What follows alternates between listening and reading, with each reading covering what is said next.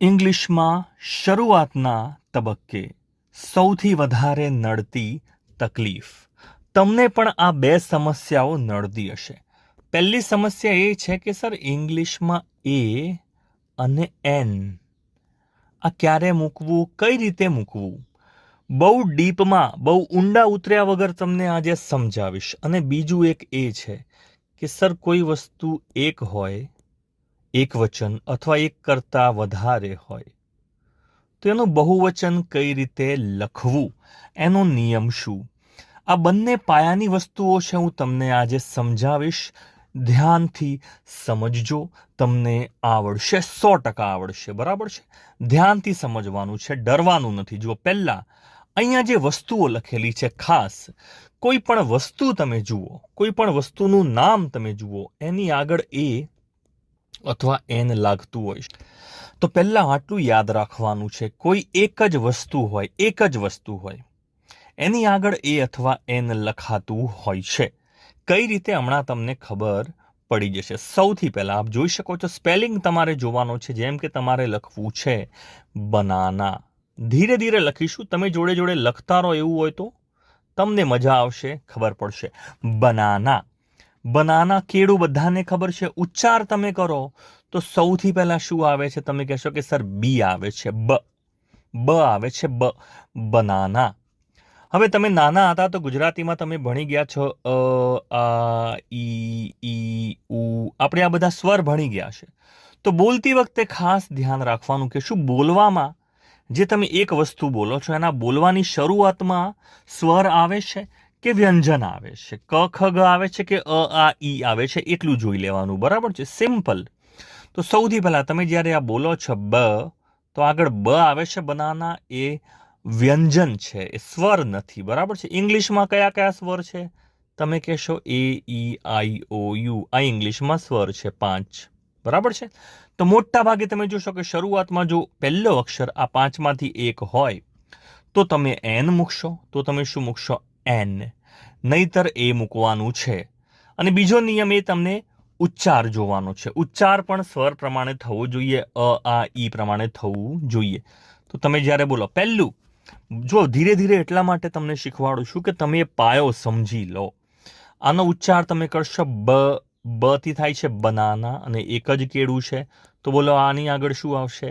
અ આવશે, a banana. A banana. ઘણા કહેશે એ બનાના, અ બનાના. એ બધું સાઈડમાં રાખો, પહેલા બોલતા શીખો કે અ આવશે કે એન. A banana. બોલો અ બનાના. ચલો એ જ રીતે બીજો શબ્દ કયો છે? જોઈ શકો છો એપલ. ઉચ્ચાર અહીંયા લખી દઉં છું, ગુજરાતી ઉચ્ચાર છે એપલ. એપલ જોઈ શકો છો, આ સ્વર છે અ આ ઈ ઉ એ પ્રમાણે ઉચ્ચારાનો સ્વર થાય છે. ઉચ્ચારથી ખાસ યાદ રાખશો તો વધારે ફાયદો થશે. બરાબર છે? Apple, Apple. તો સ્વર આવે છે, ગુજરાતી સ્વર છે બોલવામાં. તો તમે શું લખશો આગળ? બોલો એન લખશો. શું લખશો? એન. સ્વર આવે એટલે આપણે એન મૂકી દઈએ છીએ.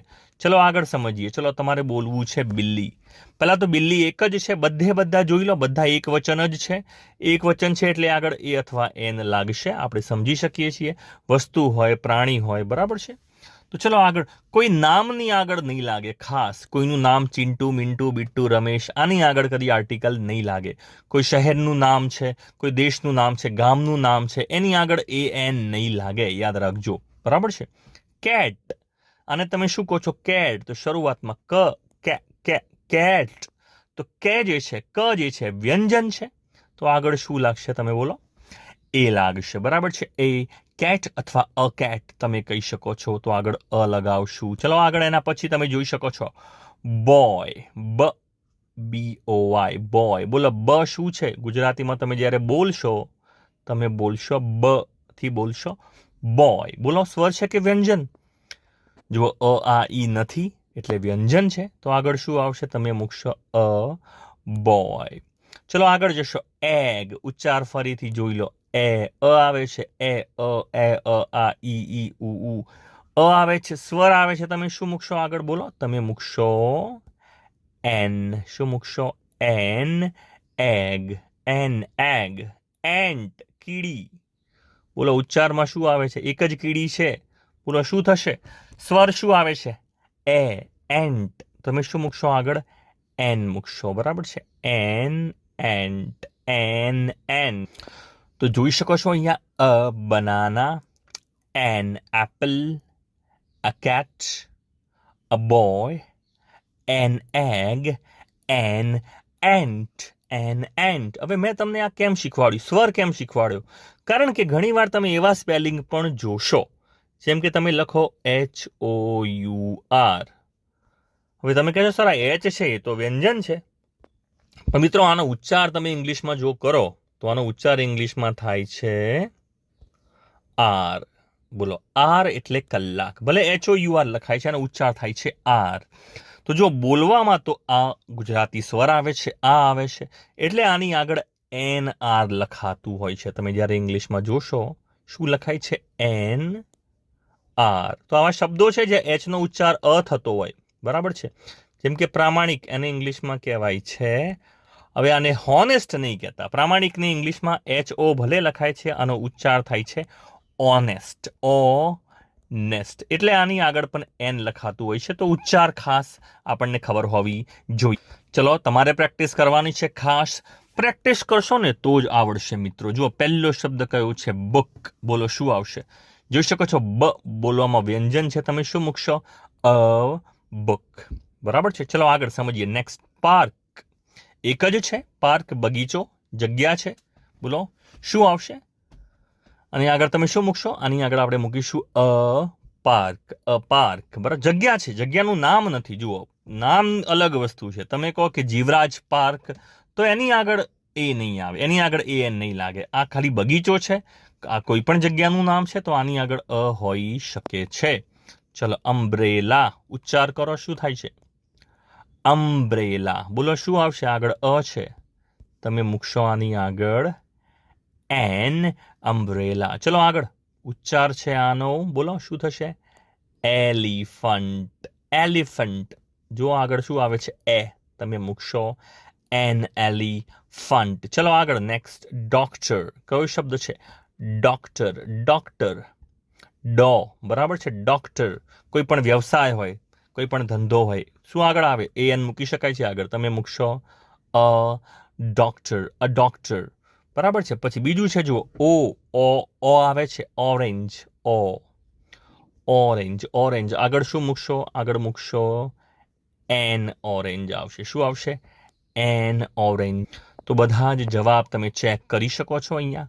અ book, a park, an umbrella, an elephant, a doctor, N orange.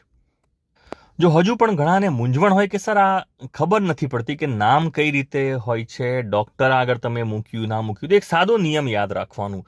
જો તમારે એવું વિચારવાનું કે કોઈ નામ નથી, આ જાતિ છે. ડોક્ટર એક ધંધો છે. દુનિયામાં કરોડો જણા ડોક્ટર હોઈ શકે છે, કે વ્યવસાય છે. કરોડો જણા ડોક્ટર હોઈ શકે, કરોડો ટીચર હોઈ શકે, છત્રીઓ દુનિયામાં કરોડો હશે, બગીચાઓ કેટલા હશે, બુક પુસ્તકો કેટલા હશે, બરાબર છે. તો આ બધા જ જે નામ છે આને કોમન નાઉન કહેવાય છે. આને શું કહેવાય છે? Common noun. જેમ કે આ એક ચોપડી છે, તે એક ડોક્ટર છે, આ એક બગીચો છે. આપણે કોઈ વસ્તુનું નામ અહીંયા નથી કહી રહ્યા, બરાબર છે, કે આ ચોપડીનું નામ આ છે, સત્યના પ્રયોગો એવું નામ નથી કહી રહ્યા પુસ્તકનું. આખી દુનિયામાં બધી વસ્તુઓ બધે હોય જ, એને આપણે શું કહીશું? Common noun. આખી જાતિ, આખા સમુદાયનું વર્ણન કરે છે, એટલે એને શું કહીએ છીએ આપણે? આર્ટિકલ એની આગળ એ અથવા એન મૂકી શકાય છે, જો એક જ હોય તો. હવે સમજીએ કે એક કરતાં વધારે હોય તો શું થાય. ખાસ સમજજો મિત્રો, અહીંયા જ ભૂલ થતી હોય છે બધાને, એટલે જ મેં આ વિડીયો તમારા માટે બનાવ્યો છે. તો ચલો સમજીએ. અહીંયા જોઈ શકો છો કે હાથમાં વીંટી હોય છે. વીંટી કેટલી છે? એક જ છે. તો અ રિંગ, આની આગળ અ મુકાશે, એક જ છે. પણ જો તમે એક કરતાં વધારે વીંટીઓની વાત કરતા હોય કે 2 રિંગ્સ, મારી જોડે એક રિંગ નથી, એક રિંગ નથી, એક કરતાં વધારે છે, આપણે લખીએ છીએ રિંગ્સ. બહુવચન માટે પાછળ શું મુકાય છે? મોટા ભાગે તમે જોશો 90% કિસ્સામાં, 90% કિસ્સામાં પાછળ એસ મૂકી દેશો ને પાછળ, તો બહુવચન થઈ જશે. તો એક કરતાં વધારે વીંટીઓ છે, તમે કહેશો કે સર રિંગ્સ લખાય છે. રિંગ્સ. રિંગ્સ બહુવચન છે. એક કરતાં વધારે છે, તમે આગળ શું લખશો? બોલો. એક હોય તો તમે અ લખશો, અ રિંગ, એસ કાઢી નાખીએ. અ રિંગ એટલે એક જ રિંગ છે, પણ એક કરતાં વધારે છે. ધ્યાનથી, ભલે ધીમે ધીમે સમજીએ છીએ આપણે, આ સમજવું જરૂરી છે. રિંગ્સ 2 છે, તમે 2 લખશો. 3 છે, તમે 3 લખશો. 3, 4, 5, 6, 7 જે લખવું હોય. એક કરતાં તો વધારે છે તો પાછળ એસ લખાશે, બરાબર છે. તો 2 રિંગ્સ અહીંયા બરાબર છે. 2 રિંગ્સ, પણ આની આગળ આર્ટિકલ એ નહીં લાગે. અ 2 રિંગ્સ એવું નહીં આવે ખાસ, બરાબર છે. 2 રિંગ્સ આગળ એ અથવા એન કશું નહીં લાગે.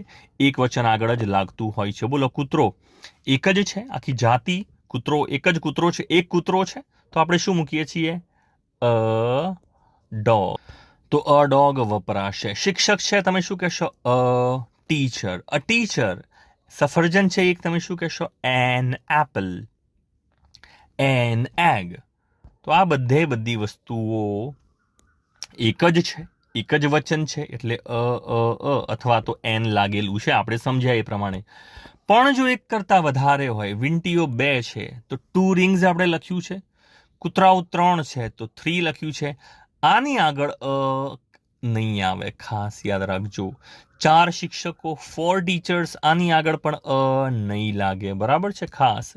5 સફરજન, 5 બરાબર છે, બટ આની આગળ તમે એવું ના લખી શકો. તમે આવું લખશો ને 5 એન એપલ, આ ખોટું પડે. 5 એન એપલ્સ ના આવે, એન ના આવે, કારણ કે આ બહુવચન છે.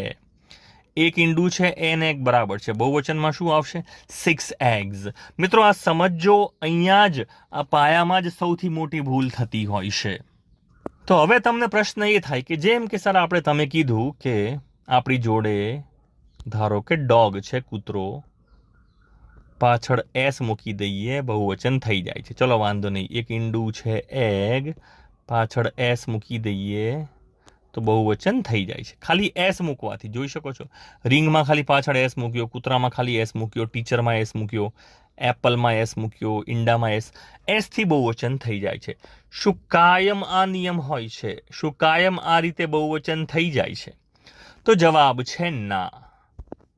હા, તમે જોશો કે 90% કિસ્સામાં થઈ જશે, 90% કિસ્સામાં થઈ જશે, પણ 10% જે બાકીના કિસ્સા છે એ પણ આપણે યાદ રાખવા પડે. અને અલગ કેમ પડે છે? જો બહુ ઊંડાણમાં જશો તો નિયમો ગંદા હોય છે. બહુ ઊંડાણમાં નથી જવું, પણ આપણે એવું કરીએ કે મોટા ભાગનું તમારું કામ જે છે રોજબરોજનું એ થઈ જાય. તો નિયમ શું છે મિત્રો? નિયમ એકદમ સિમ્પલ છે. જુઓ, જ્યારે પણ તમે વસ્તુ જુઓ, કોઈ પણ વસ્તુનું નામ જુઓ, તો એનું જેમ કે શરૂઆતમાં આપણે અ બસ મૂક્યું છે, અ બોક્સ, અ વોચ. અ અને એન કેમ મૂક્યું છે? એ બરાબર છે, બરાબર છે. જુઓ, વસ્તુઓ કઈ કઈ છે? અ બસ બરાબર છે, આગળ અ લાગેલો છે. બોક્સ, અ બરાબર છે. ઘડિયાળ, આપણે વોચ લખ્યું છે, અ. હવે જુઓ, તમે નાના બાળકને ધારો કે પપ્પી કરો છો, તમારી જોડે નાનું બાળક છે, નાનું ભૂલકું, તમે શું કહેશો? અ કિસ. અને ધારો કે તમારે કેવું છે કે કોદાળી, કુહા, આપણે શું કહીએ છીએ? N x. ઉચ્ચારમાં એ આવે છે, એક્સ, એટલે આપણે એન મૂક્યું છે. હવે ખાસ તમારે જોવાનું શું? જે સ્પેલિંગ આ તમે લખ્યો એનો છેલ્લો અક્ષર તમારે જોવાનો છે. બોલો, છેલ્લો અક્ષર અહીંયા કયો છે? તમે કહેશો સર એસ છે. અહીંયા શું છે છેલ્લે? બોક્સમાં તમે કહેશો સર એક્સ છે. વોચમાં શું છે? સી એચ છે. કિસમાં શું છે પાછળ? Double S. અને શું છે? એક્સ. તો આ શબ્દો જે છે ખાસ, બીજો એક શબ્દ છે એ પણ લખી લો, એ છે એસ એચ. આ શબ્દો નોંધી લો. ઇંગ્લિશમાં તમારું બહુવચનનું કામ 99%, 99% કામ તમને આવડી જશે જો તમને આટલા શબ્દો ખબર હશે. જો કોઈ એક જ શબ્દ હોય, બરાબર છે, એક જ, અને એની પાછળ આ પ્રકારના અક્ષરો આવતા હોય, આનાથી પૂરું થતું હોય, એસ આવતો હોય છેલ્લે, અથવા એક્સ આવતો હોય, અથવા C H, double S, x અને એસ એચ, આ લખી લેશો આ શબ્દો, બરાબર છે. આ શબ્દો જો પાછળ આવતા હોય તો પાછળ તમારે ઈ એસ લગાવવાનું રહેશે બહુવચન કરવા માટે ખાસ. તો બસનું બહુવચન શું થશે? બીયુ એસ તો છે જ, છેલ્લે એસ આવે છે. નિયમ બરાબર છે. તમે શું લખશો? બસીસ થશે, બહુવચન બસીસ થશે. ચલો, બોક્સ છે, એક કરતાં વધારે બોક્સ છે તો પાછળ એક્સ છે તો શું મૂકી દઈશું? બોક્સીસ. તો તમારું અહીંયા બહુવચન આવી જશે. ઘડિયાળ છે, વોચ, છેલ્લે શું આવે છે? સી એચ, તો તમે વોચ. બહુવચન કરવું છે, વોચીસ બોલાશે. વોચિસ, ચલો કિસ, KISS, હવે પાછળ ES લાગશે, કિસીસ આવું થશે. ચલો એક્સ, પાછળ એક્સ આવે છે, ફરીથી શું થશે? એક્સિસ. તો આ પ્રકારના નિયમ ખૂબ જ સિમ્પલ સાદી રીતે તમે બોલી શકો છો. જેમ કે તમારે કેવું છે થાળી, તમે કહેશો ડિશ, બહુવચન કરવું છે તો ES લાગશે, ડિશિસ. તો હવે આમાં ભૂલ ના પડી જોઈએ. Buses, boxes, watches, kisses, axes. હવે જુઓ બીજો એક શબ્દ પણ એમાં પાછળથી એડ કરી લેશો, બરાબર છે. ખાસ જે શબ્દો તમને કીધા, કયા કયા શબ્દો હતા તમે કહેશો સર? એક છે, એકવાર ફરીથી લખી લેશો, પ્રેક્ટિસ જરૂરી છે. S, X, CH, SS, SH, અને એક બીજો શબ્દ છે એ છે O. O પણ એડ પાછળ કરી લેશો. O, તો આ શબ્દો યાદ રાખવાના છે, O આવતો હોય તો, બરાબર છે. તો પહેલો શબ્દ છે ચર્ચ, CHURCH, ચર્ચ બહુવચન થશે ચર્ચિસ. ચર્ચિસ ઉચ્ચારમાં પણ ES નો એસ થશે, S અથવા તો ઈસ તરીકે તમે બોલી શકો. ચર્ચિસ. જો બ્રશ, તમે કહી શકો પાછળ SH છે તો બહુવચન શું થશે? બ્રશિસ, બરાબર છે. તમારે કેવું છે શિયાળ, ફોક્સ, શું થશે? ફોક્સિસ. ચલો ડ્રેસ, બહુવચન થશે ડ્રેસીસ, ડ્રેસીસ. પોટેટો, બટાટું, તમે કહેશો પોટેટો, ES આવશે. તમે કહો છો મેંગો, MANGO, આગળ લાગશે મેંગો, પણ બહુવચન કરશો તો મેંગોઝમાં ES લાગશે, પાછળ O આવે છે એટલા માટે. ચલો ટમાટો, ટોમેટો, તમે શું મૂકશો? ટોમેટો, ES મૂકશો પાછળ. અને જ્વાળામુખી, તમે કહેશો વોલ્કેનો, અને પાછળ લાગશે ES. તો બધા જ શબ્દો જોઈ શકો છો. ચર્ચિસ, બ્રશિસ, ફોક્સિસ, તમે નીચે લખશો ડ્રેસીસ, પોટેટોઝ, ટમેટોઝ, વોલ્કેનોઝ. તો ચલો હવે તમારે થોડુંક કામ કરવું પડશે, થોડુંક તમને હોમવર્ક આપું છું. પ્રેક્ટિસ તો કરવી પડશે, પ્રેક્ટિસ વગર થોડું આવડશે. 2 પુસ્તકો છે, તમે શું લખશો? ટુ, બોલો, ટુ બુક, બહુવચન. તો આમાં ખોટું શું છે? ટુ બુક છે, તમે શું લખશો? ટુ, પાછળ એશ આવશે, ટુ બુક્સ, બરાબર છે. જુઓ, અમારે 3 ક્લાસ છે આજે, તો 3 ક્લાસ નહીં બોલતા, ખોટું પડશે.